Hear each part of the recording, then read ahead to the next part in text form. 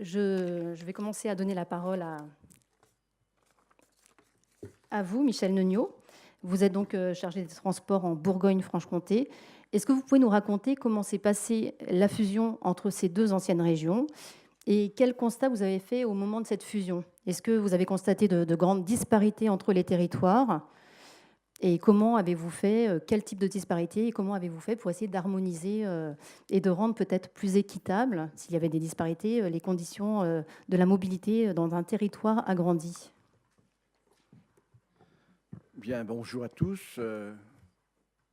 Les deux présidents sous l'Ancien Régime, quand il y avait plus d'une vingtaine de régions, François Patria pour la Bourgogne et Marie-Guilde Dufay, ont été très allants sur la fusion. Ils la réclamaient.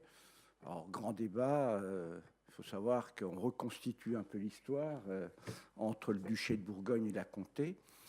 Et nous, en matière de mobilité, sur mobilité organisée, la compétence que l'on a actuellement, c'est-à-dire sur les transports par train et par car, il y avait déjà une imbrication entre les deux conventions, puisque la convention de Franche-Comté nous amenait jusqu'à Dijon. C'est-à-dire les Besançon-Dijon étaient dans la convention de la Franche-Comté.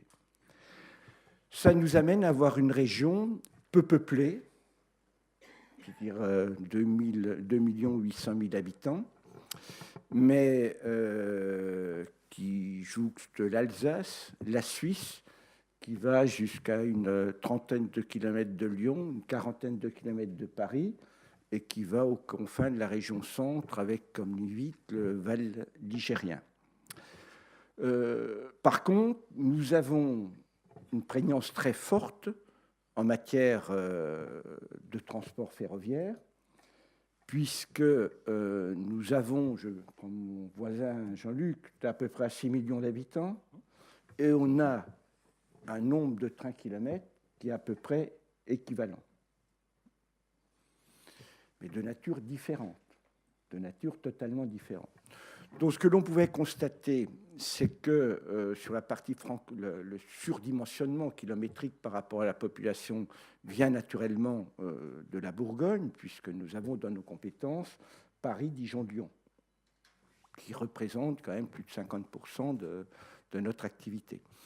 Et un coût moyen payé par l'usager qui est sensiblement plus élevé que celui payé en Franche-Comté, où effectivement on a payé par l'usager en Bourgogne-Franche-Comté, on a 25 € du kilomètre, mais on est à un niveau qui est comme différent entre Bourgogne et Franche-Comté. On a bien un écart de 10%, ce qui tient à la nature des lignes. Donc ce que je peux dire, c'est déjà le fait de fusionner les deux nous permet d'avoir une politique de solidarité beaucoup plus forte.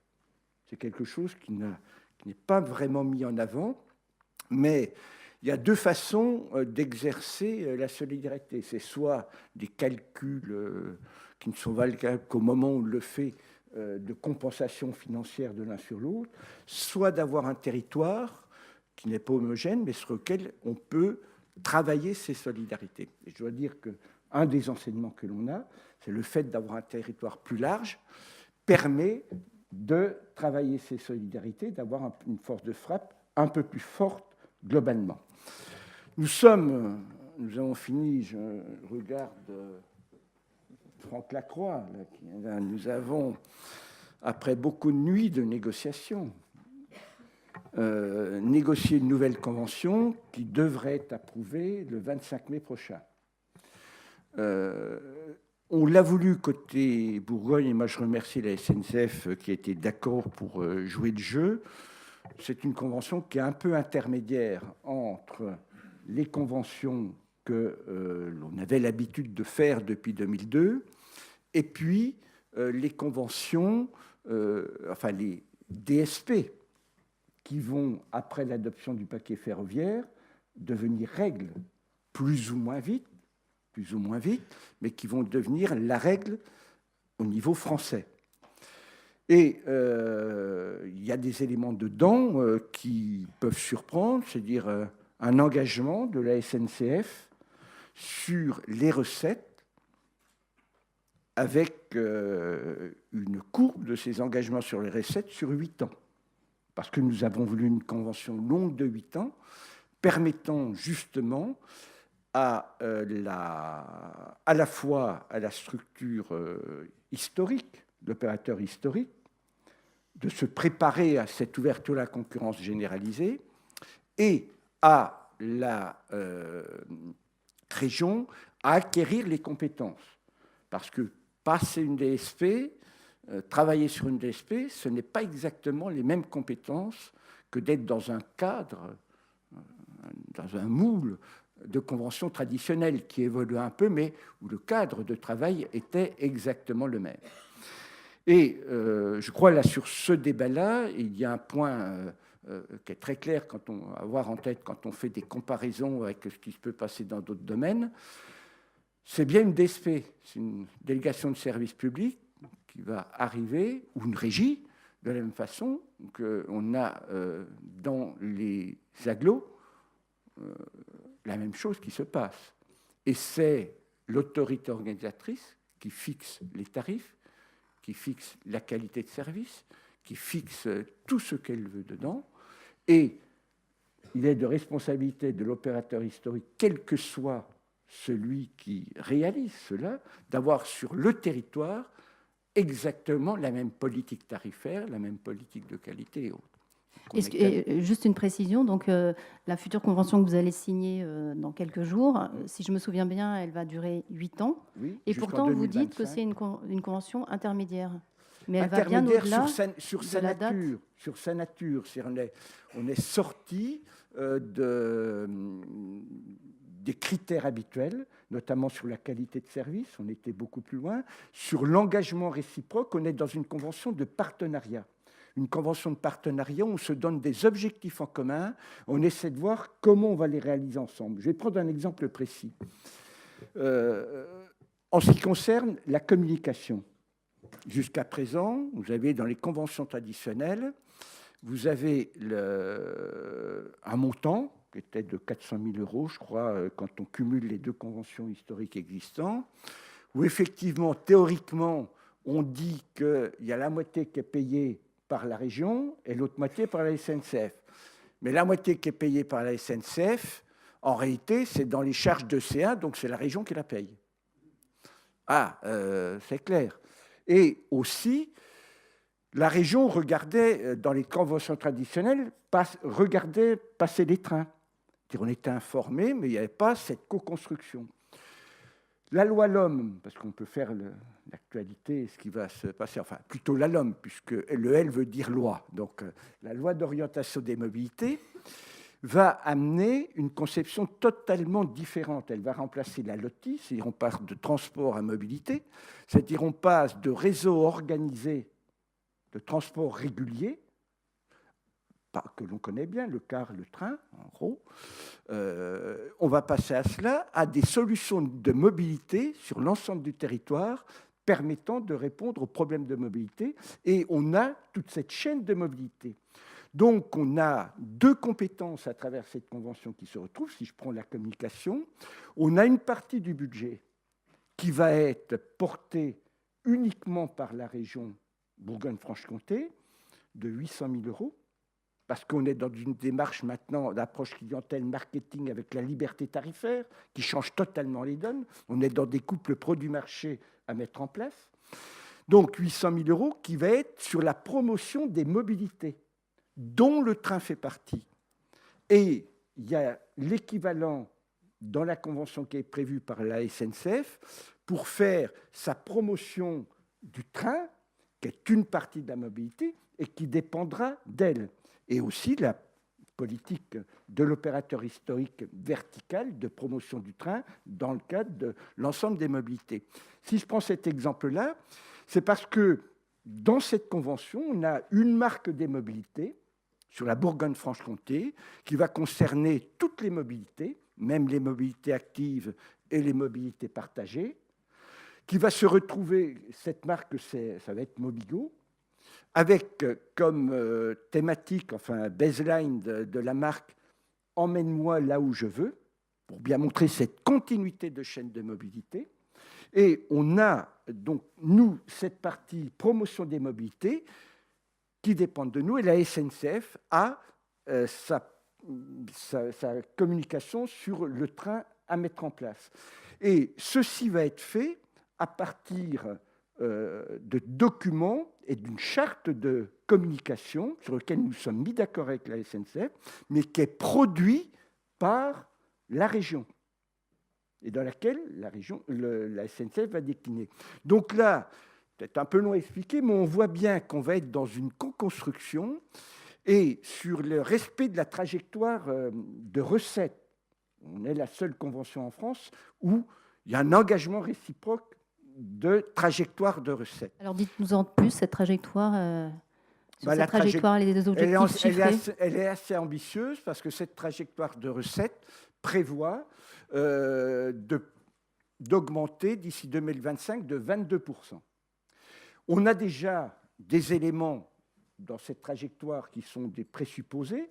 C'est la nouvelle politique tarifaire sur les occasionnels qui porte, je ne vais pas la décliner, mais elle est simplifiée, elle est par tranche kilométrique, elle est très lisible, c'est-à-dire 5 € par tranche, il y a 7 tranches, on va de 5 € à 35 €. On a le jeune, il n'a pas de carte à donner, il présente sa carte d'identité, automatiquement c'est un demi-tarif, et ainsi de suite, donc une simplicité de cette carte, et qui produit des effets, puisqu'on l'a mis en place de façon rétroactive le 29 août dernier, et on arrive sur les 4 mois de la fin de l'année dernière d'avoir 13% de voyageurs kilomètres en plus sur les occasionnels, et sur la catégorie des jeunes, 40% de plus. Et alors qu'on pensait qu'on aurait un déficit de résultats financiers, on a globalement 3,5% de plus en recettes sur les occasionnels, et sur les jeunes, on a 13% de recettes en plus. Donc là, on se met dans une logique de co-construction totalement différente. Et on a aussi des outils que l'on met en place, et on le dit clairement. Ces outils, bon, on verra dans le temps comment actionner d'autres politiques tarifaires. On a celle sur les abonnés qui va être faite, mais on a aussi comme levier la suppression des guichets dans un certain nombre de gares, c'est-à-dire 20 sur 43. Mais on préfère parler de solutions alternatives à mettre en place. Et ce que l'on met comme principe, contrairement à ce qui était fait auparavant, c'est que tant que les solutions alternatives ne sont pas acceptées par le maire de la commune, on ne fait rien. Donc ça oblige la SNCF et la région d'être en première ligne pour proposer au niveau de la gare autre chose. C'est une gare, c'est un train qui s'arrête et pour l'instant un guichet. Sauf qu'on voit que les guichets, de façon plus ou moins consentie, baissent de plus en plus. Autant avoir le courage de dire que la gare, c'est un nœud d'intermodalité, et ce nœud d'intermodalité, il faut savoir ce qu'on y met, et la LOM va nous permettre justement de travailler avec les territoires pour voir comment réenchanter les gares, comment dans les gares amener autre chose en matière de service public.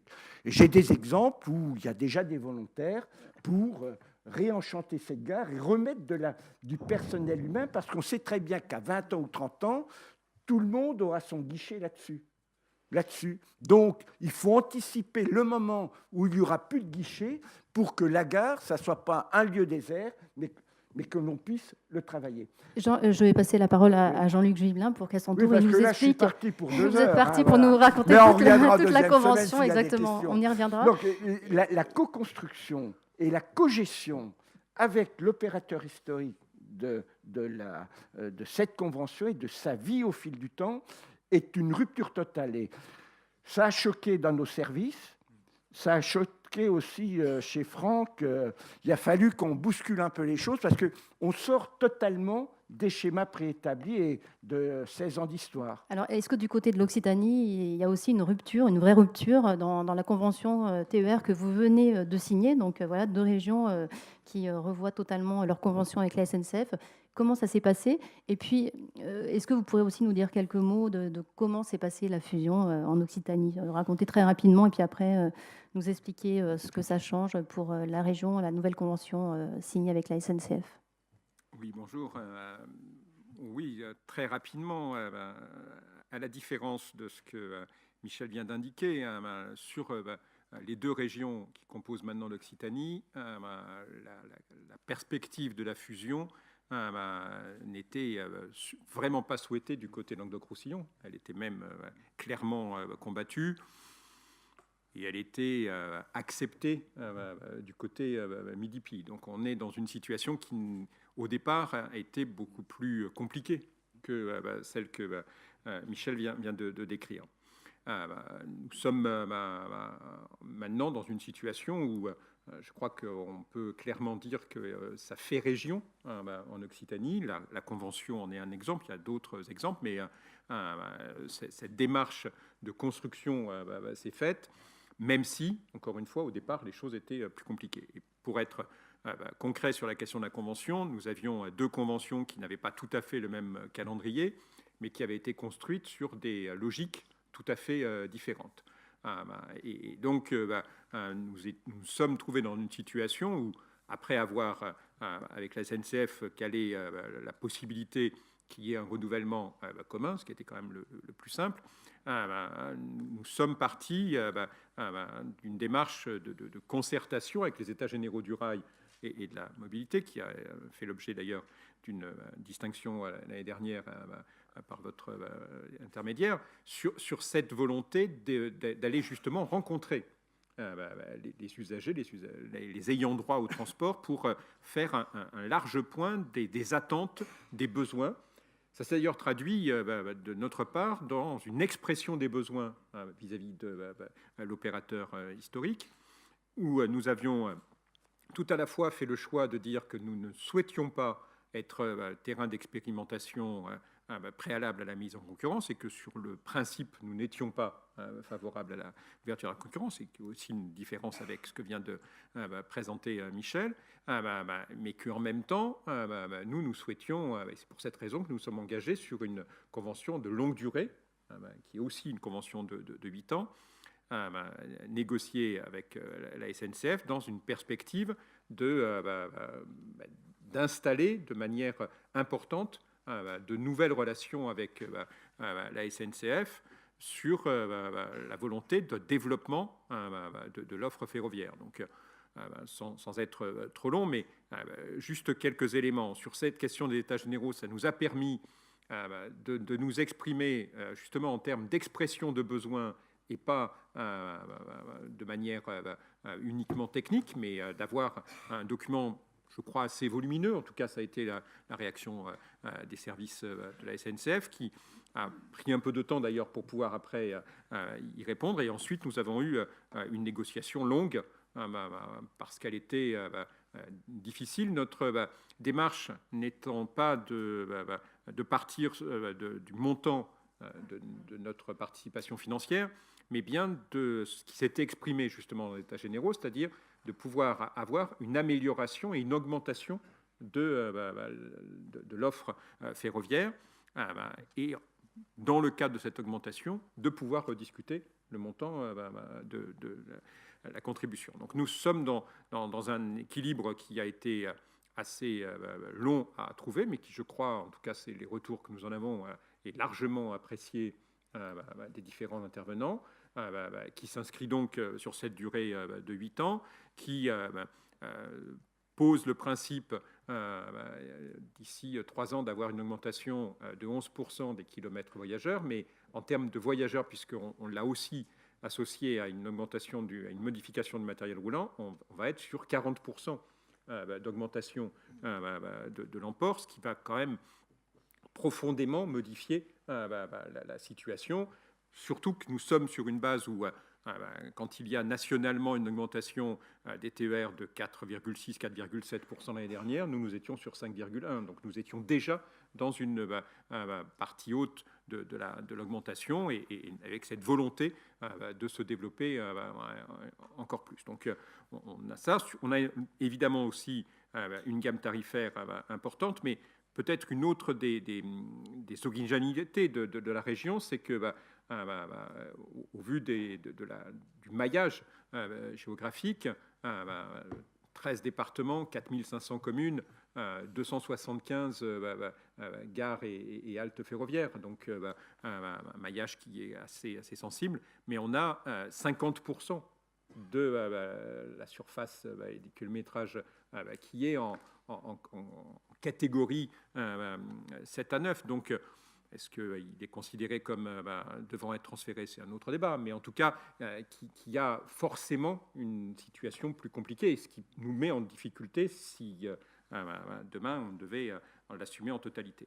Donc sur la gamme tarifaire, une logique assez proche de ce que Michel Nuneau vient de dire, c'est-à-dire une gamme tarifaire avec trois piliers, des tarifs sociaux, parce que c'était une démarche forte des deux régions précédentes, une politique d'abonnement offensive, en particulier en direction des jeunes, avec une volonté de diminution significative des tarifs, puisqu'on va être sur une diminution de 35% au cours des 3 prochaines années, et donc des tarifs jeunes très attractifs, et puis des tarifs occasionnels avec une politique de petit prix, la volonté étant que sur la région, on veille à ce que le TER soit évidemment mieux, mais moins cher que le covoiturage, avec tout ce que cela comporte de volonté, d'attractivité vers le transport ferré. Mais vous n'avez pas été jusqu'à l'harmonisation tarifaire complète, puisque je crois que vous avez conservé le TER à 1 euro en Languedoc-Roussillon. Non, pas en Languedoc-Roussillon, sur la région Occitanie. Sur la région. Ah, sur toute la région.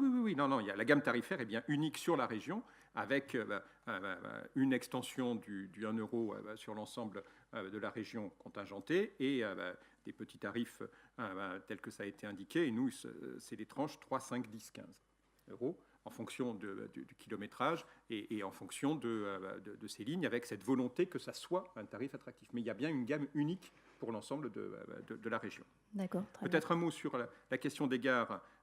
Si vous le permettez, on a une discussion serrée avec la SNCF, puisque la dimension emploi était pour nous une des dimensions importantes dans cette négociation. Et nous avons du coup, pour l'ensemble des gares, à la fois la question des horaires du bureau de la vente, du guichet de vente, avec une projection qui nous amène, à partir de ce qui s'est fait sur les 8 dernières années, on l'a projeté sur les 8 prochaines et on est sur une perspective, au terme de la convention, de 50% de transactions qui se feront de manière virtuelle, mais en même temps, pour chaque gare, la volonté que le bâtiment, lui, soit ouvert de manière beaucoup plus large, et on vise une ouverture très large sur quasiment l'utilisation de la voie ferrée sur ce moment-là, pour faire de la gare un lieu en partenariat avec les communes, là où c'est possible, mais un lieu de vie, un lieu qui serve aussi au maillage du territoire, parce que à l'échelle de la région, il y a besoin de cet ancrage territorial des différentes gares. Merci. Delphine Séné, vous intervenez en tant que conseil, notamment auprès des régions. Vous, quel bilan tirez-vous de ces réorganisations et comment, selon vous, les régions prennent-elles en main leurs nouvelles compétences dans le domaine de la mobilité? Est-ce que vous avez des exemples précis à nous donner sur des régions sur lesquelles vous auriez travaillé? Alors en effet, en termes d'intervention qu'on peut faire auprès des collectivités, notamment les régions, c'est vrai que là, pour l'instant, les éléments qui ont été abordés sont très centrés autour du ferroviaire et des conventions, et c'est normal, c'est votre actualité. Et c'était la question. On peut y aller, on peut prendre encore beaucoup de temps, je pense. Alors c'est vrai que la question que vous me posez, elle est finalement plus large que celle qui a été adressée aux régions ici présentes. Et c'est vrai qu'en termes de bilan sur la mobilité, sur l'évolution des compétences et des périmètres, ça va bien au-delà du ferroviaire, et ça, vous êtes les mieux placés pour le dire. C'est vrai que sur le champ finalement conventionnel, les réformes territoriales et les réformes réglementaires qui ont pu avoir ont eu, à ce titre, pour l'instant encore peu d'impact sur la relation avec les opérateurs, mis à part la préparation que vous pouvez faire, anticipation, je ne sais pas si c'est le terme, en tout cas de cette ouverture à la concurrence, donc comment se positionner, et justement dans l'échéance court terme ou long terme de vos conventions, ce sont des questions que toutes les régions se posent, et toutes les régions n'ont pas répondu de la même façon.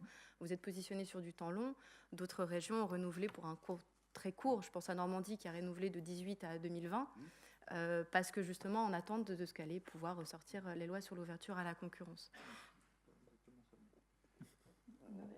Allez-y. Si vous voulez donner une précision. Enfin, il se trouve N'hésitez que- pas à il se prendre la trouve que parole. Sur la région, pardon, je ne veux pas dire le contraire, mais juste prolonger peut-être le sujet. Mais il se trouve qu'en Normandie, il y a un projet bien plus important et majeur dont l'échéance arrive en 2020, qui est l'intégration des trains d'équilibre du territoire sur leur périmètre. Et c'est la raison pour laquelle la période de renégociation de cette convention a été limitée pour mieux préparer l'intégration des TET. Il y a quand même des conventions de durée relativement courte. Oui, certaines vont arriver à échéance plutôt dans les années début des années 2020, d'autres, comme les vôtres, vont aller plutôt au milieu des années 2025. D'autres ont choisi 2023. Pile 2023, exactement. Donc il y a des situations en effet très différentes sur cet aspect conventionnel. L'impact qu'il y a pu y avoir aussi dans la notion des fusions des régions, ce qu'on voit aussi, c'est dans la réorganisation de vos équipes, concrètement, opérationnellement sur le terrain, avec des fusions de régions, donc forcément des fusions de services, dans un point de vue très organisationnel.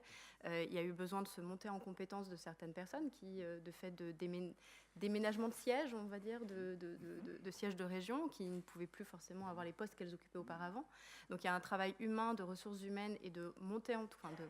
La montée en compétences, vous l'aviez depuis un certain nombre d'années en tant qu'autorité organisatrice en montée en compétences. Mais c'est vrai que la fusion a pu aussi des fois désorganiser un petit peu les services. Et il y a dû y avoir un lourd travail de réappropriation des métiers, de connaissance de la relation avec la SNCF aussi, qui est une relation particulière avec des historiques qui sont différents selon les régions. Donc Occitanie et Languedoc-Roussillon, vous n'aviez pas du tout forcément les mêmes méthodes de travail et la relation n'était pas la même. Donc en termes de façon de travailler, il y a eu aussi un important travail d'acculturation de ce nouveau périmètre de région. Et de nouvelles façons de travailler. Et c'est ce que vous indiquez, ce que vous appelez sentiment de rupture dans la cogestion.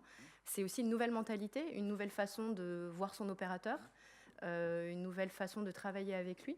Donc tous ces phénomènes, un peu alignement de planète, on va dire, ont fait que ça permet aujourd'hui à la région d'être une pleine maîtrise de cette compétence ferroviaire que vous avez depuis un certain nombre d'années maintenant, et qui a permis de renforcer cette prise de compétences et d'affirmation d'exigences en tant qu'autorité organisatrice par rapport à un opérateur historique. Donc je dirais plus en termes de bilan sur ce côté ferroviaire, on est plus un peu quand même dans une continuité de montée en compétences et de réaffirmation, qui finalement le brassage, la réorganisation a suscité de la réorganisation et qui est toujours dans une meilleure affirmation de son rôle d'autorité organisatrice. Et là, on n'est que sur le ferroviaire. Je pense que vous avez totalement raison, parce que quand on regarde les régions qui sont restées à l'identique, qui n'ont pas fusionné, on voit des différences. On voit bien, nous, en commission, on était hier toute la journée en commission, la région qui n'a pas fusionné ne s'est pas posé les mêmes questions que nous. Et en se posant les questions, tout ce qui est un peu sur le tapis d'un côté et de l'autre, ça ressort, parce qu'on est obligé d'y répondre. C'est cela. Et il y a une démarche, alors que je pensais au début, et beaucoup le disaient de la région fusionnée, que le fait de fusionner serait un handicap. Je pense que sur le moyen terme, c'est une chance. C'est un levier. Ouais. Parce qu'on était obligé de confronter des pratiques différentes. Est-ce que vous diriez, Delphine Séné, que les régions disposent des expertises techniques, des moyens humains suffisants pour prendre en compte des sujets aussi compliqués, aussi complexes Alors, la montée en compétence, oui, des équipes, elle se fait depuis un certain nombre d'années. Enfin, depuis que vous avez récupéré la compétence, il y a des équipes qui se sont formées, des personnes très compétentes techniquement sur l'expertise ferroviaire, pour challenger un petit peu les propositions qui peuvent être faites par la SNCF, d'être vraiment même aller dans le détail de la planification, de la construction de roulement. Enfin, il y a vraiment eu des montées en compétences. Alors, ça s'est fait par l'arrivée de personnels compétents par eux-mêmes. Ça s'est fait aussi par l'accompagnement et simplement par l'apport de bureaux d'études ou de cabinets dont on fait partie également, qui sont venus sur des aspects très techniques ou sur des aspects d'analyse financière ou de règles ou également de clauses, on va dire, dans les conventions qui pouvaient être aussi adaptées, avec des compétences juridiques aussi sur lesquelles vous êtes renforcés. Donc la seule chose, c'est qu'il y a eu quand même ce brassage avec les fusions qui a pu amener à un peu un temps, mais je veux dire que ça a été un temps de délitement puis de resserrement le temps que les équipes se restructurent, se repositionnent. C'est vrai que dans certaines directions de transport, ce sont finalement, via la fusion des régions, des anciennes personnes qui travaillaient peut-être à la direction de la culture, qui se sont retrouvées à la direction des transports. Donc il leur a fallu un temps quand même d'adaptation. Et le ferroviaire reste un métier, même le routier, technique quand même. Enfin, il y a quand même un peu une compétence et une compréhension. Mais aujourd'hui, oui, je pense que les régions, dans leur culture, dans leur position, aussi une question de posture. Donc c'est le rôle des élus aussi, bien évidemment, dans la posture et la dynamique qu'ils impulsent. Il y a une vraie montée en compétences et je pense que la SNCF pourra en parler aussi de leurs interlocuteurs et de la qualité des échanges qu'il peut y avoir avec les régions qui sont montées en compétences sur ces sujets-là. Et simplement, on entend souvent un reproche de la part des régions selon lequel elles ne disposent pas toujours des éléments, de tous des chiffres, les éléments, manque de transparence. Est-ce qu'il y a eu des progrès de ce côté-là ? C'est un autre sujet, ça. C'est pas une question de compétence, là, c'est une question de transparence. Donc on peut être très compétent, mais si on n'a pas les infos pour les analyser, on peut pas faire plus qu'on ne peut faire. Il y a eu du travail, oui, ça... Une remarque à faire. Je tranche peut-être avec d'autres élus. Vous ne pouvez pas demander à la plus belle fille du monde ce qu'elle n'a pas. Oui. Et le gros problème au niveau de la SNCF, c'est que c'est une organisation qui était comme le réseau du train, centralisée à partir de Paris et en étoile. Dans la vie d'une organisation, 15 ans, c'est très court. Surtout que l'on fonctionne en rythme manuel. Quand on a part de comptabilité et autres. Il y a beaucoup de choses qui devraient être données, mais que la SNCF n'est pas forcément en capacité de donner actuellement, de par son histoire. Certains disent des pesanteurs, mais c'est le poids de l'histoire, ça compte toujours. Si vous reconcevez un système à partir de zéro, c'est très facile. Mais quand vous êtes obligé de prendre ce poids de l'histoire, eh bien, vous avez obligatoirement le handicap. Et quand vous voulez négocier avec quelqu'un, il faut connaître les limites de l'autre. Si vous ne connaissez pas les limites de l'autre, vous n'arrivez pas à négocier, vous n'arrivez pas à trouver des compromis. Franck Lacroix, est-ce que vous êtes d'accord avec ce que vient de dire Michel Nognaud et... Vous n'avez pas le choix. Et puis, moi, je suis d'accord avec tout. C'est mon point d'entrée.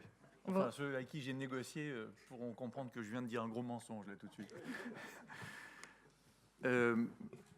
Enfin, je ne suis pas sûr d'avoir envie de rebondir sur la transparence en vérité. Parce que, bon, non, je ne parlais pas de transparence, oui. Je parlais plus sur effectivement le fait que oui. tout l'historique et le fait qu'il faut changer et qu'il faut s'adapter à une nouvelle organisation. Comment la SNCF elle-même s'est-elle réorganisée avec la fusion des régions ? Absolument.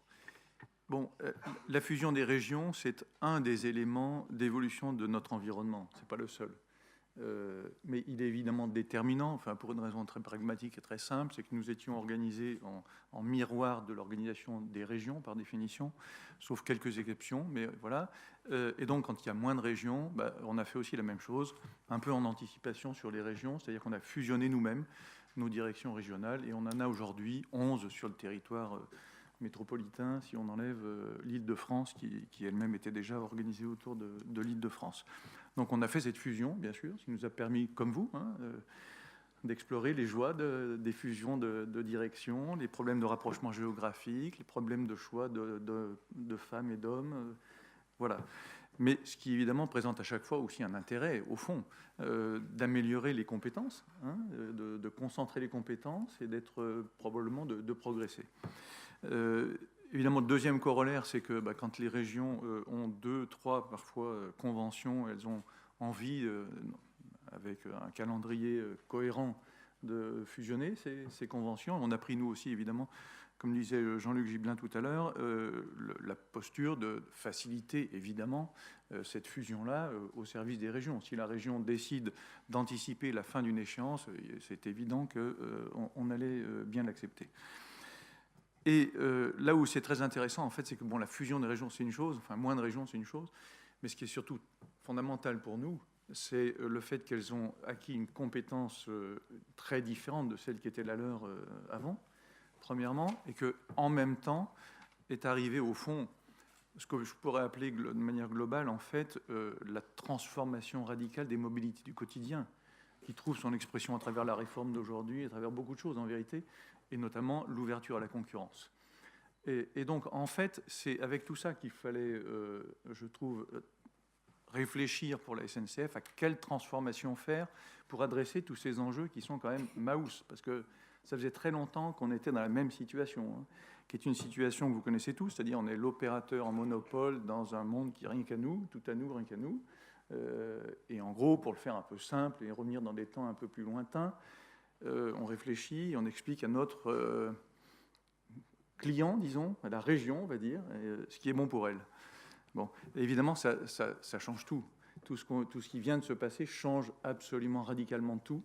Et notre problème aujourd'hui, c'est pas un problème, c'est d'une certaine manière une chance, moi je trouve, c'est de passer de cet opérateur monopole sur son propre domaine à un partenaire. J'aime beaucoup ce mot et il commence à avoir de la résonance en fait au sein de nos organisations internes à la SNCF. On commence, c'est un long chemin, hein, mais le partenaire qu'on espérera préféré de nos régions, parce qu'elles vont nous choisir.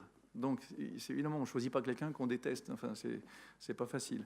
Donc, on veut devenir ce partenaire préféré. Il y en aura d'autres, hein, évidemment, partenaire préféré, mais avec quelque part, compte tenu de notre position, où on a aujourd'hui 100% du marché, en vérité, je pense une responsabilité que les régions attendent de nous, qui est évidente, qui est de les aider à transformer ce paysage des mobilités du quotidien.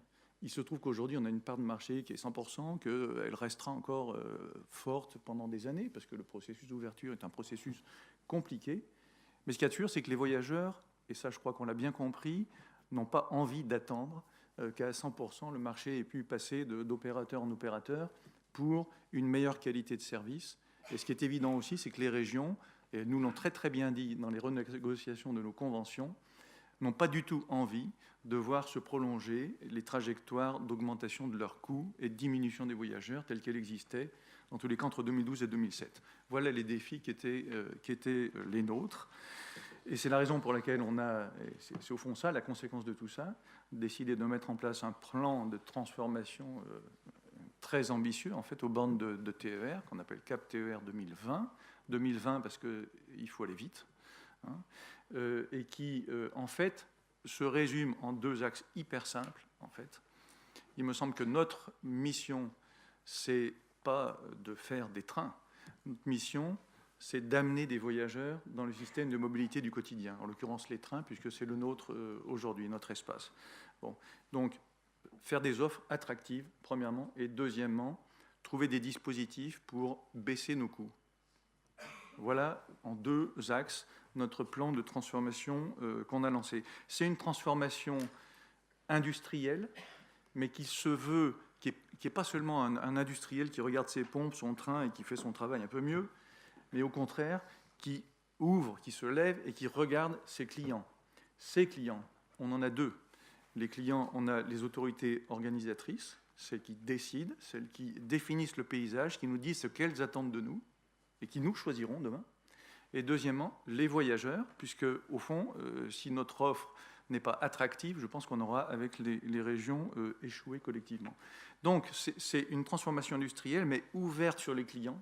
Et enfin, et pour nous, peut-être que j'en resterai là à ce stade-là, c'est pour moi une transformation culturelle absolument majeure pour l'opérateur historique. On ne passe pas comme ça, en claquant de deux doigts, du stade dans lequel nous sommes à celui sur lequel on veut se projeter. Et cette transformation culturelle, pour moi, elle résonne autour de quatre grandes valeurs sur lesquelles on travaille d'arrache-pied dans la maison et qui, je trouve, commencent à se sentir à travers la façon dont on négocie, à travers la façon dont on écoute nos clients, à travers la façon dont on réagit quand un train est en retard, etc. Bon, la période est un peu compliquée pour affirmer ce genre de choses, mais tant pis. Qui sont des valeurs d'agilité, parce que je pense que le monde de la mobilité va devenir de plus en plus agile. Il ne s'agit pas de définir des plans pour dans 5 ans. Ce n'est pas comme ça que ça se passe. Il y a des mobilités qui peuvent bouger très vite, etc. Donc, c'est être plus agile, premièrement.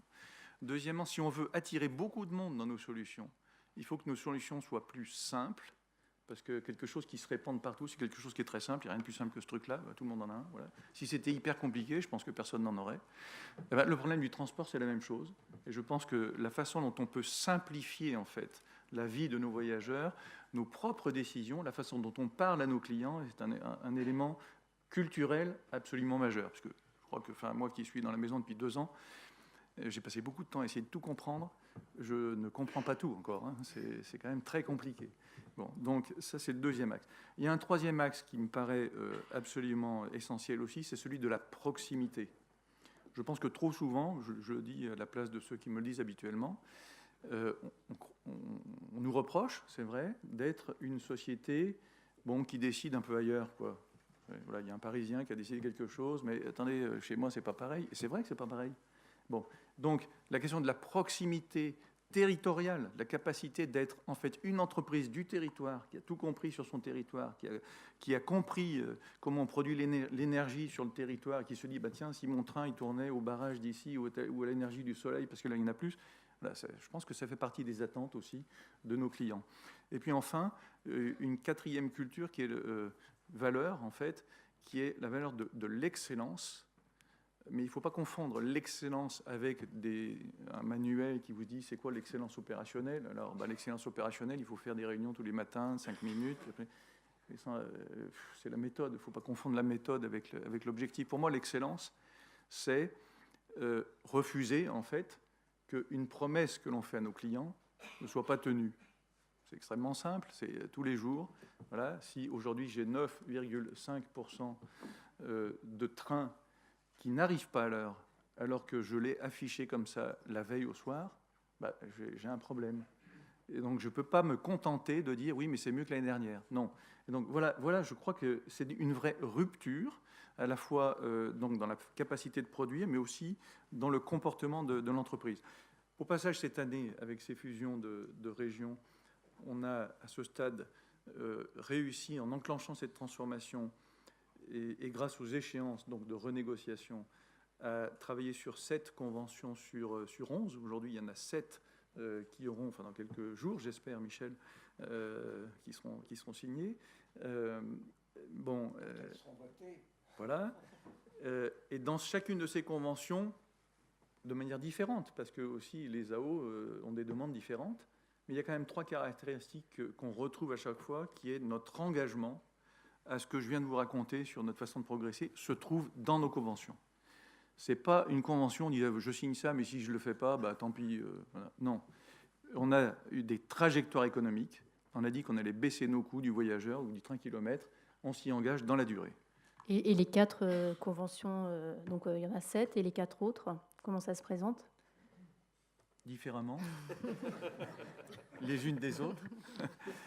Mais il y en a, on travaille aujourd'hui sur 3 régions qui nous amèneront donc à 10, c'est-à-dire la Bretagne, la Nouvelle-Aquitaine et la région Hauts-de-France, qui ont lancé leur processus de renégociation un peu plus tard, tout simplement. Puis il y en a une dernière que j'aimerais bien aussi rajouter à la liste pour rentrer en négociation, mais pour celle-ci, la situation est un peu plus compliquée. PACA. C'est la raison PACA, oui. Donc vous avez renoué le dialogue avec PACA. Vous ne l'avez jamais rompu, peut-être. Disons qu'on ne peut pas dire qu'on soit dans une phase de préparation d'une convention comme on le fait ailleurs. Je le regrette infiniment et je suis totalement prêt à le faire. Voilà. Okay. Et donc, dans ces 3 conventions, on s'engage sur les profils économiques, on s'engage sur la qualité de service et on s'engage sur le trafic dans des dispositifs différents. Mais c'est ça, en fait, nos vrais leviers. Et franchement, je trouve que cette co-construction, en fait, spécifique, région par région, nous aide infiniment à progresser dans les axes qu'on a identifiés ici. Et je peux témoigner aussi que c'est vrai, les régions, elles aussi, ont beaucoup progressé, c'est évident, dans leur appropriation de leurs compétences ferroviaires. Merci. Anne de Bagneux, quels sont les objectifs de Transdev, ces ambitions dans ce nouveau cadre qui est en train de se mettre en place? Et est-ce que vous aussi, vous avez dû revoir votre organisation pour coller à ce nouveau contexte institutionnel? Bien d'abord, je voudrais... alors, je ne suis pas très ancienne dans le métier du transport public et je dois dire que je suis très frappée par l'intensité de la transformation de ce secteur. Enfin, c'est vrai que je n'ai pas connu ça dans les activités que j'ai pu pratiquer précédemment. Alors c'est vrai que la mutation, on l'a vu, on l'a évoqué, elle est largement institutionnelle, la prise de compétences des régions, qui nous impacte évidemment profondément. Alors, on n'est pas exactement sur ce sujet, mais ça nous impacte aussi, c'est l'élargissement des périmètres des EPCI, hein, qui a aussi une conséquence assez forte sur nos activités. On voit même des nouvelles entités émerger, comme en Nouvelle-Aquitaine, le SMINA, hein, qui est un syndicat qui coordonne les autorités organisatrices, hein, donc le syndicat mixte intermodal de Nouvelle-Aquitaine. Donc voilà, on voit bien qu'effectivement, tout ça est en profonde mutation. Mais je dirais que chez Transdev, ce qui nous guide avant tout, et on en a beaucoup parlé d'ailleurs des clients, c'est la mutation des usages, et ce sont nos clients voyageurs en fait. Et je crois que vous avez très bien résumé dans votre slogan en Bourgogne-Franche-Comté finalement ce qui nous guide chez Transdev, c'est emmène-moi là où je veux. On a aujourd'hui des clients. Non, mais ça, c'est dommage parce que je trouve que c'est effectivement, c'est exactement ça. Nos clients aujourd'hui, voilà, ils veulent voyager librement, simplement. Ils ont chacun leurs contraintes de temps, de prix, de confort, et ils veulent de plus en plus utiliser le smartphone pour consommer leur mobilité. Et c'est bien tout ça qui aujourd'hui guide notre transformation chez Transdev. Notre transformation, elle est un petit peu comme chez vous, Franck Lacroix, elle est évidemment culturelle, elle est organisationnelle et elle est industrielle, puisqu'il y a un certain nombre d'impacts. Alors nous, on est plus sur le transport routier aujourd'hui. Transdev est leader sur le transport routier de voyageurs. C'est un transport qui a plutôt tendance à être revalorisé, hein, notamment par le développement des cars Macron. Hein. Donc on voit bien que l'autocar, qui peut-être était considéré comme ringard à une certaine époque, est en train de reprendre une place importante dans la mobilité. Il y a aussi le développement des cars à haut niveau de service, hein, qui facilite ce redéploiement de l'autocar. Donc c'est vrai qu'on se sent très armé, très bien armé chez Transdev pour faire face à cette transformation, à cette triple transformation. Demain, vous comptez vous positionner dans le transport ferroviaire. Qu'est-ce que vous pouvez apporter de différent? Comment vous allez vous différencier? Écoutez, on s'est largement exprimé, nos dirigeants se sont largement exprimés ces dernières semaines à ce sujet. Oui, évidemment, on va se positionner. Hein, c'est un métier qu'on pratique dans d'autres pays, hein, notamment en Allemagne et en Suède. Donc on est évidemment ravis d'avoir ces opportunités qui se profilent, hein, même si ça prendra encore un peu de temps. Qu'est-ce qu'on va apporter? On va apporter de l'efficacité opérationnelle, de nouvelles idées en matière d'organisation, plus de polyvalence, et donc nécessairement une efficacité économique améliorée. Je pense qu'on va aussi apporter des solutions plus multimodales, parce que c'est aussi ça qui est en train d'émerger et qu'on construit chez Transdev. Hein. On devient vraiment des intégrateurs de multimodalité, et donc on sera en mesure de proposer des solutions qui combinent le train et d'autres solutions de mobilité. Et puis on a parlé de transparence, de gouvernance. C'est vrai que nous, la concurrence, on la pratique depuis toujours. Les DSP, on connaît. Et donc c'est vrai que voilà, on a l'habitude de rendre des comptes de façon régulière, et tout ça ne nous posera aucun problème. Alors je vais vous poser une petite question, une petite question piège. Est-ce que avec les négociations sociales qui sont en train d'être menées actuellement dans le cadre de la réforme ferroviaire, est-ce que tout ce que le gouvernement pourrait demander à l'UTP et aux organisations sociales, syndicales de négocier, est-ce que ça pourrait contribuer à augmenter les coûts et donc à être peut-être moins attractif au niveau des coûts que ce que vous pensiez initialement? Bon, je fais un peu de prospective, hein, je ne sais pas si vous avez peut-être pas tous les éléments pour répondre, mais est-ce qu'on va pas un petit peu vers là? Mais n'empêche que le niveau social va monter forcément. Pour nous, en tout cas, le levier, c'est vraiment l'organisation, hein, c'est la polyvalence, c'est travailler de façon un peu différente. C'est ce qu'on pratique d'ailleurs dans nos métiers de transport sur la route, hein, parce que on parle beaucoup de ferroviaire, mais encore une fois, aujourd'hui, nous, ce qui nous occupe beaucoup, c'est le transport sur la route de nos voyageurs. Et dans ce métier-là, il y a aussi beaucoup de changements, beaucoup de réorganisation, beaucoup de négociations sur les conventions. Donc, voilà, je pense que ça pourrait être en partie réplicable sur le ferroviaire. Ok, merci. Donc, je me tourne maintenant vers les deux représentants des constructeurs. Est-ce que chez les constructeurs, la fusion des régions a aussi eu des conséquences sur votre organisation. Olivier Delcroix, pour Alstom. Alors, nous avons évidemment pris acte de la recomposition du paysage et évidemment de la recomposition des exécutifs et, comme le disait Delphine, aussi de la réorganisation des services, qui est quand même pas toujours évident. Après, du point de vue commercial, ça n'a pas eu d'impact. Pourquoi ? Parce que le modèle n'a pas changé. C'est-à-dire qu'aujourd'hui, vous avez les autorités organisatrices qui confient à la SNCF effectivement l'interface avec les constructeurs que nous sommes. Et comme cette interface est centralisée, nous avons gardé notre organisation commerciale. On n'a pas changé non plus, évidemment, notre organisation industrielle. Côté Alstom, on a quand même une douzaine de sites en France qui sont répartis aujourd'hui dans 8 régions telles qu'elles sont définies aujourd'hui. Donc, en fait, on dépasse dans bon nombre de régions simplement le rôle de fournisseur de matériel roulant. On est aussi un acteur économique local. Après, on l'était auparavant, nous le sommes toujours. Demain, les régions vont avoir la main, elles ont déjà la main sur les TER, mais elles vont aussi avoir la main, pour certaines d'entre elles, sur les TET, puisque certaines régions veulent récupérer les trains d'aménagement du territoire. Peut-être aussi seront-elles amenées à gérer encore plus les petites lignes, dont on parle beaucoup actuellement. Donc ça veut dire qu'elles seront amenées à gérer la mission de trains très, très différents, avec...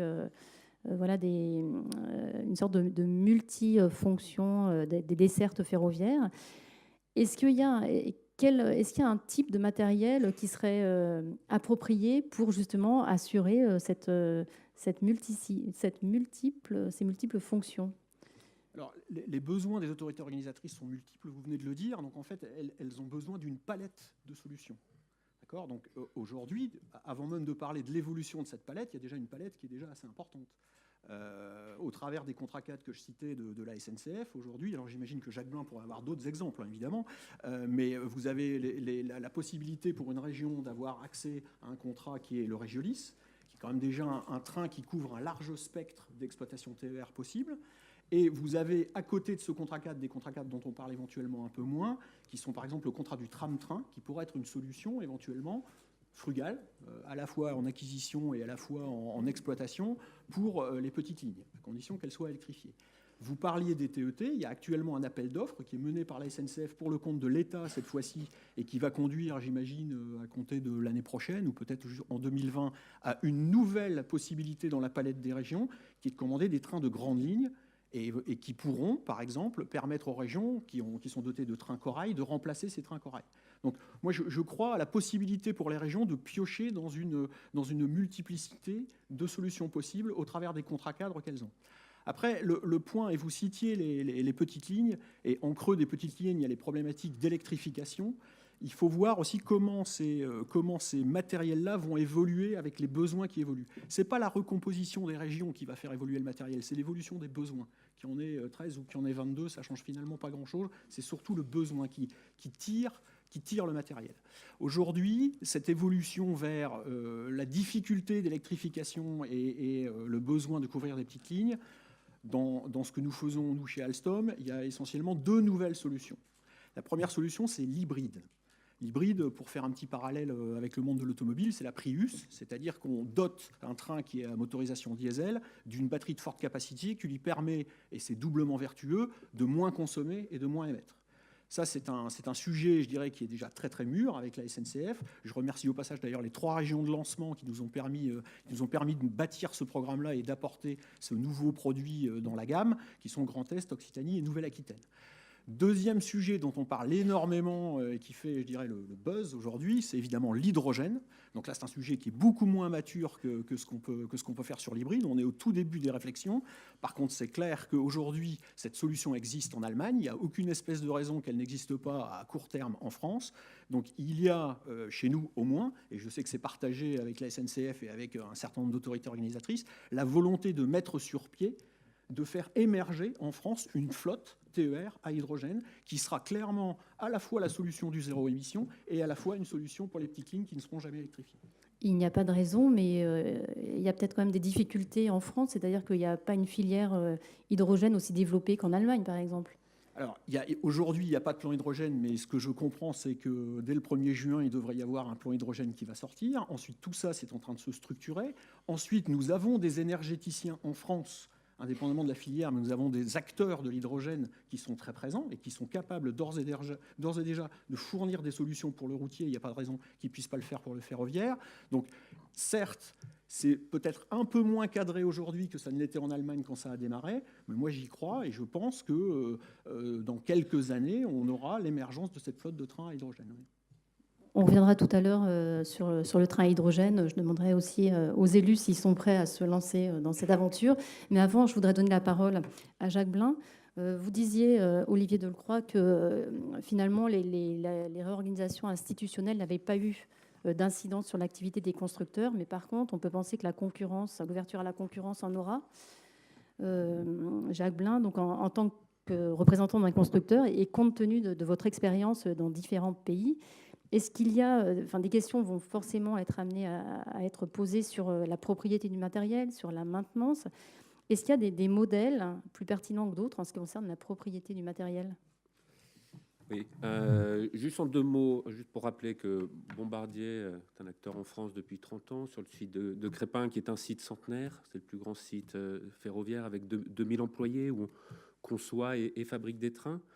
On évoquait le sujet des TET. Bombardier, lui aussi, a une solution, je pense, extrêmement intéressante. Et on remercie la région Normandie d'avoir été la première à reprendre cette compétence. Et à travers des matériels de niveau qui ont vraiment une forte capacité sur une longueur restreinte, ce qui peut aider, compte tenu des contraintes d'infrastructure qui sont celles du réseau français, à avoir un très haut niveau de confort en travaillant sur les suspensions, en travaillant sur les sièges, pour répondre à ce besoin des trains d'équilibre du territoire qui, en effet, ont déjà mu de l'État vers certaines régions, qui sont intervenus aussi en Centre-Val-de-Loire. La région Centre-Val-de-Loire nous a passé une commande pour ces trains d'équilibre du territoire, et d'autres régions avec lesquelles nous sommes aussi en discussion. Si on continue à se projeter sur l'évolution du marché ferroviaire, alors Bombardier, comme la plupart des grands industriels ferroviaires, on est présent en France, on crée localement. On est aussi présent en Allemagne, on est aussi présent au Royaume-Uni ou en Scandinavie, notamment en Suède. Donc on est à la fois acteur, bien sûr, et puis on est aussi observateur, alors avec un certain devoir de réserve. On n'est pas là pour donner des leçons, de toute façon on n'a pas à en donner, mais on voit quand même des choses qui marchent bien, et puis il y a parfois certains écueils. Et si vous le voulez bien, je voudrais juste vous donner un petit peu ce retour d'expérience de manière très, très humble. Ce qui concerne la propriété et le schéma d'acquisition des matériels, je verrai deux grandes typologies. Premièrement, on confie cette responsabilité à l'exploitant. C'est ce qui s'est fait beaucoup en Allemagne, avec une contrainte, celle des échelles de temps qui ne sont pas les mêmes. Entre l'échelle de temps d'une convention, d'une DSP, on parlait tout à l'heure de 7-8 ans, et l'échelle de temps d'acquisition d'un actif tel qu'un matériel roulant, on sait tous que la durée de vie d'un matériel roulant, c'est 30-40 ans. Bon, son amortissement peut-être sur 20 ans. Donc là, il y a un décalage qui fait que ça peut être un frein pour certains nouveaux entrants. Il y avait la condition de l'accès au matériel roulant qui était une vraie problématique, alors pas pour des grands exploitants historiques ou nationaux comme la SNCF ou la Deutsche Bahn qui ont déjà des flottes ou qui ont la surface financière suffisante, mais pour certains petits exploitants, c'était un énorme frein. Donc le modèle initial lancé dans les lenders, on voit que petit à petit, il y a une refonte de ce modèle. Il y a l'État de Basse-Saxe, pour ne pas le nommer, qui lui est très précurseur et qui est en train de changer un peu la manière de voir. Cet État a dit, bon, ben moi, en tant qu'autorité organisatrice, ça fait partie de mes responsabilités. Je peux porter le risque d'actif, parce que toute la question là, avec le matériel roulant, qu'est-ce qu'on fait du matériel à l'issue de la convention? Donc, l'autorité organisatrice dit, de toute façon, moi, c'est ma prérogative d'assurer le service, donc je peux porter ce risque d'actif, donc j'achète, je porte la propriété, et je lance les appels d'offres en direct. Voilà, donc ça, c'est vraiment les deux extrêmes, je dirais. Et puis, on a vu aussi des intermédiaires, des entités souvent d'origine financière, les ROSCO, les Rolling Stock Company, comme on les appelle au Royaume-Uni, qui ont servi, alors soit un peu à la mode anglaise, vraiment qui ont acheté le matériel, qui ont fait ce qu'on appelle du leasing opérationnel, c'est la location du matériel roulant, location. Alors en général, c'est plutôt avec une durée déterminée, parce que si c'est pour faire du long terme, c'est comme dans le logement, autant devenir propriétaire au bout d'un moment, plutôt que de payer des loyers. Néanmoins, sur une durée déterminée, ce leasing opérationnel, où vous achetez le train, vous l'avez mis à disposition, avec sa maintenance, peut avoir un intérêt. Et sinon, plus du leasing qu'on appelle financier, où là, on est sur des moyens de financement, soit par Serosco, mais ça peut se rapprocher aussi des financements qu'on connaît auprès des banques ou des autres organismes de financement, tels que la Caisse des dépôts ou des choses comme ça. Voilà, donc ça, c'est un peu les différents schémas, avec certains avantages, inconvénients, des écueils. Voilà, bon, il n'y a pas un modèle particulier, mais en France, on est un peu dans quelque chose d'intermédiaire. Il y a une autre particularité aussi qui est intéressante que j'ai oublié de mentionner, c'est le schéma de la Rosco suédoise, Transitio, où c'est une sorte de pool d'achat entre les régions suédoises. Parmi les 23 régions, il y a 20 régions qui sont membres de ce pool d'achat. Elles préparent les spécifications, elles lancent les consultations. Et le financement, soit une région vient avec son propre financement, soit elle passe par Transitio, mais il y a des cautions qui sont derrière. Tout cela est garanti par les régions. En France, on est un petit peu sur un schéma. Donc aujourd'hui, la SNCF s'en occupe, elle est là, et je pense qu'elle a un rôle extrêmement important. Alors c'est un petit peu centraliste ce que je dis, mais en termes de matériel roulant, je pense que c'est important d'avoir une vision long terme, comprendre que c'est un investissement, un actif qui est important et qui est là pour 30-40 ans. Donc ce que fait la SNCF aujourd'hui, où elle est mandatée par les régions pour acheter un matériel, je pense que ça assure l'homogénéité du parc, ça évite son éclatement, et c'est quelque chose qui me semble extrêmement important, cette notion de massification du parc. Je pense que c'est une grande force tant dans l'acte d'acquisition. Forcément, vous arrivez avec un appel d'offres de 200, 300 trains, vous n'avez pas le même poids que quand c'est pour 20 trains. Lorsque vous avez après à vivre pendant 20, 30 ans avec un actif, à l'entretenir, à trouver parfois des solutions techniques, parce qu'on est tous confrontés à l'obsolescence, surtout dans l'électronique, où tout évolue très vite, et on est obligé de redévelopper des solutions pour continuer la vie des matériels. Le fait d'avoir un parc unifié sur le territoire, je pense que c'est vraiment une force. Ça évite de développer plusieurs solutions à plusieurs endroits. Ça permet vraiment d'assurer l'efficacité du système de transport en assurant son efficacité économique. Voilà, donc ça, c'est vraiment quelque chose qui, moi, me semble important. Alors, ça permet aussi, c'est ce qu'on a vu par le passé avec ces grands appels d'offres. Alors, je sais que parfois, il faut faire quelques concessions ou il faut trouver des accords, mais c'est quand même quelque chose, quand on en parle à l'extérieur, qui est quand même très envié et très regardé des autres régions. Et si on continue un petit peu sur le thème des images, grosso modo, on se paye du tailor-made, du sur-mesure au prix du prêt-à-porter. Bon, le prêt-à-porter, ça permet quand même l'innovation. L'AGC 700 c'était le premier train bimode, à la fois diesel et électrique. S'il n'y avait pas eu ces grands appels d'offres, tout cela ne serait jamais arrivé. Ce n'est pas l'innovation pour le plaisir de l'innovation ou faire plaisir aux ingénieurs. Non, c'est vraiment pour apporter l'innovation au service des passagers.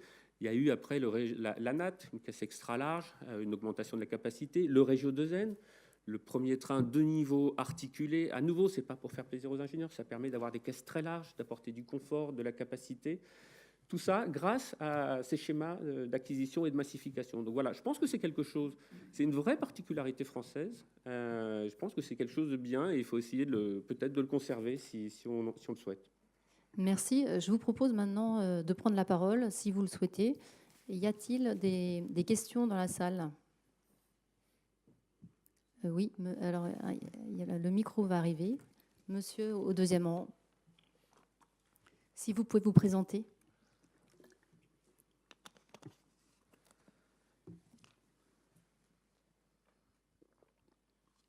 Bonjour. Ça marche ?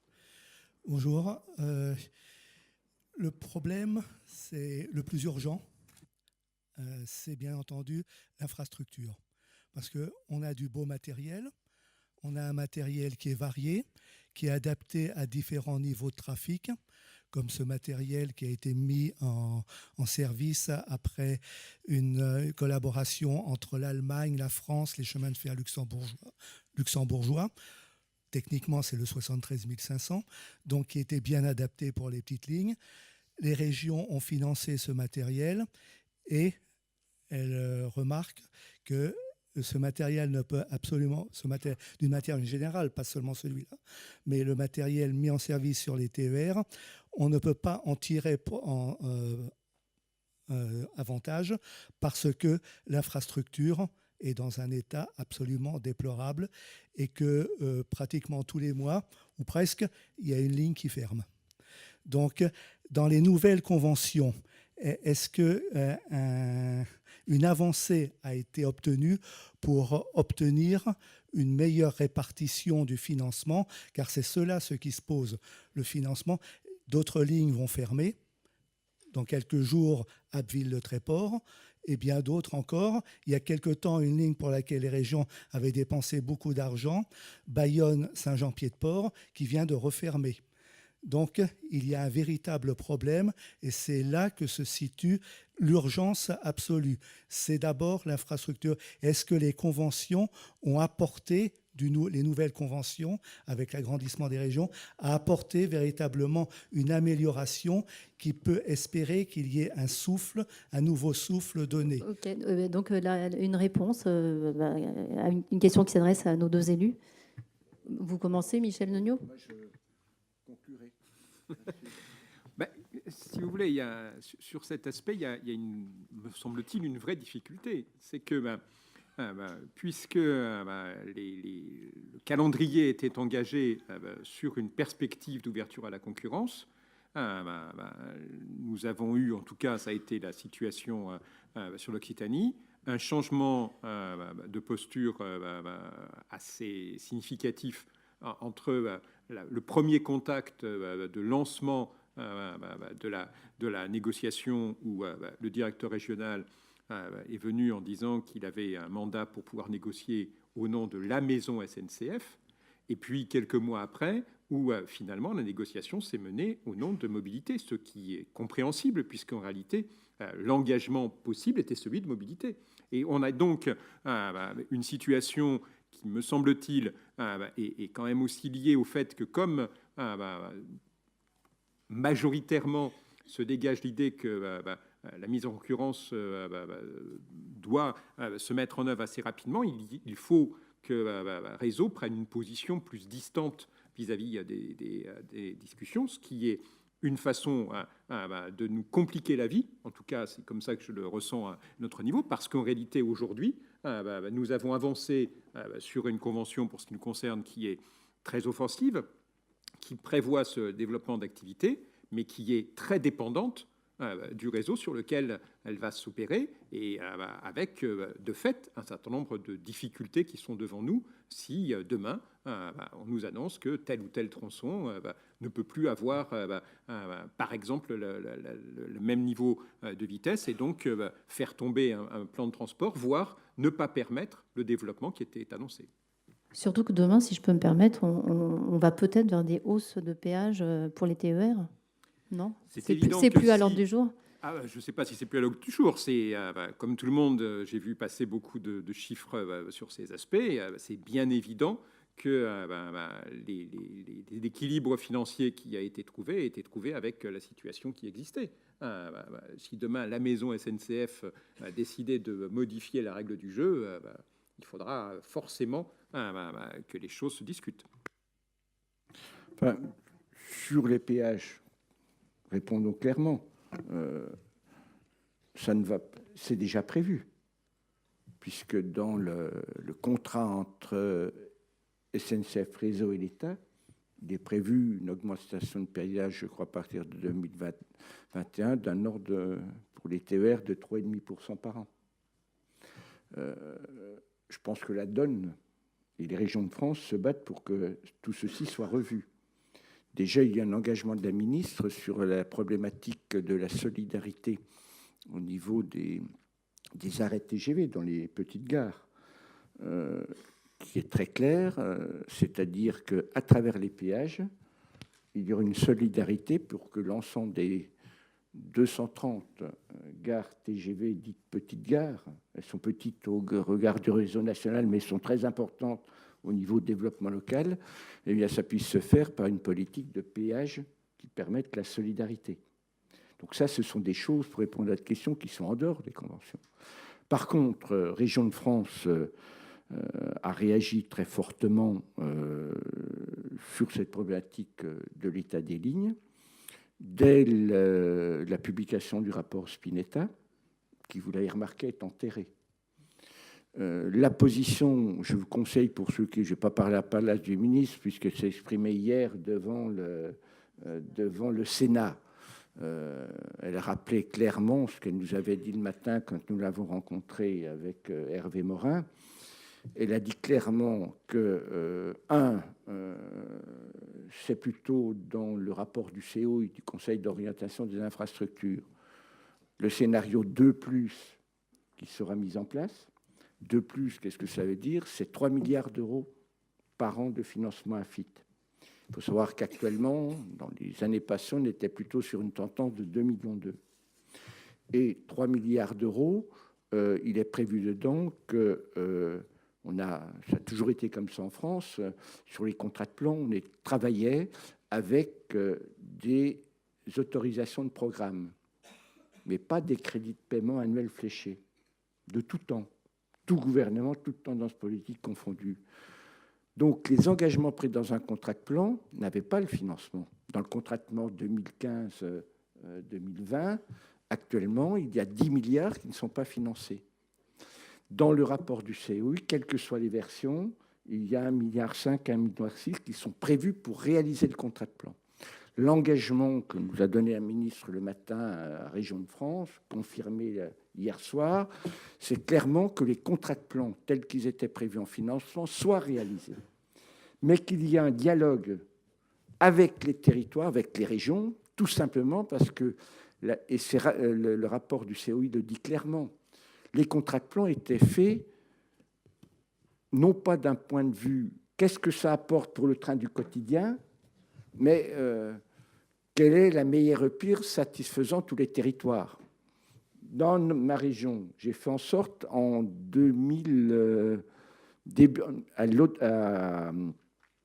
février 2017, dans un comité de pilotage sur le contrat de plan, j'ai demandé à SNCF Réseau et à Mobilité de me dire, opération par opération, qu'est-ce que ça rapportait en robustesse ou en lignes nouvelles pouvant être mises en œuvre, en intensité du trafic, opération par opération. Une opération de 20 millions d'euros qui permettait, quand un incident se produisait sur la ligne, et que ça correspondait à 3 trains par jour, une remise en circulation, on améliorait le temps de remise en circulation de 3 minutes. Alors qu'il y a des besoins essentiels sur une liste dite des horlogers, une liste frontalière avec la Suisse et qui dessert des travailleurs frontaliers, où on ne mettait que 12 millions d'euros. Donc c'est tout cela qu'il faut changer et sur lequel les régions sont très demandeurs.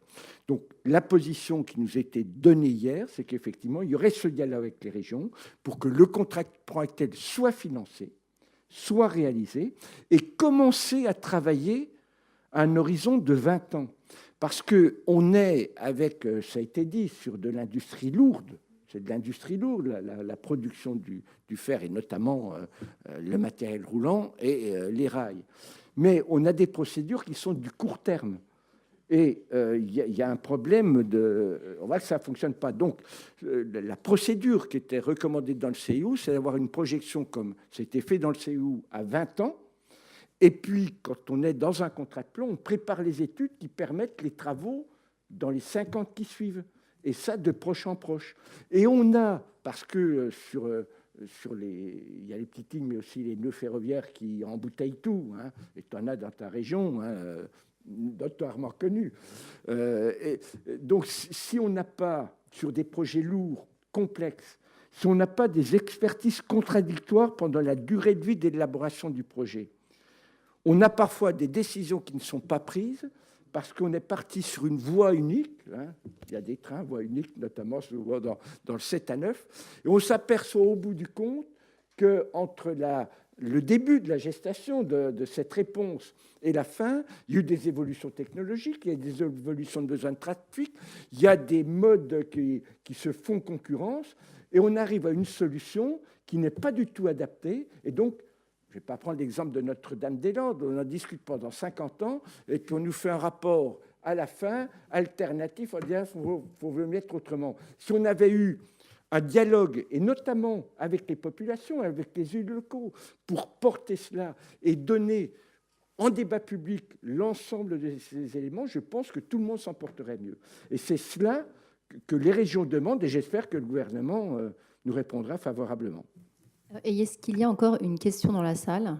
Et ce sera la dernière, parce qu'on approche du temps final.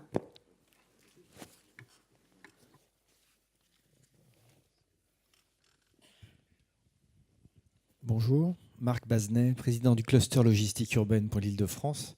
Notre sujet concerne essentiellement le transport de marchandises pour lequel je ne vois pas de prix d'innovation. Alors, est-ce que c'est une volonté de Villerail et Transport ou est-ce que c'est par défaut de candidat?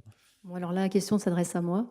Donc, il s'agit des grands prix des TER. Donc, le TER, c'est du transport de voyageurs.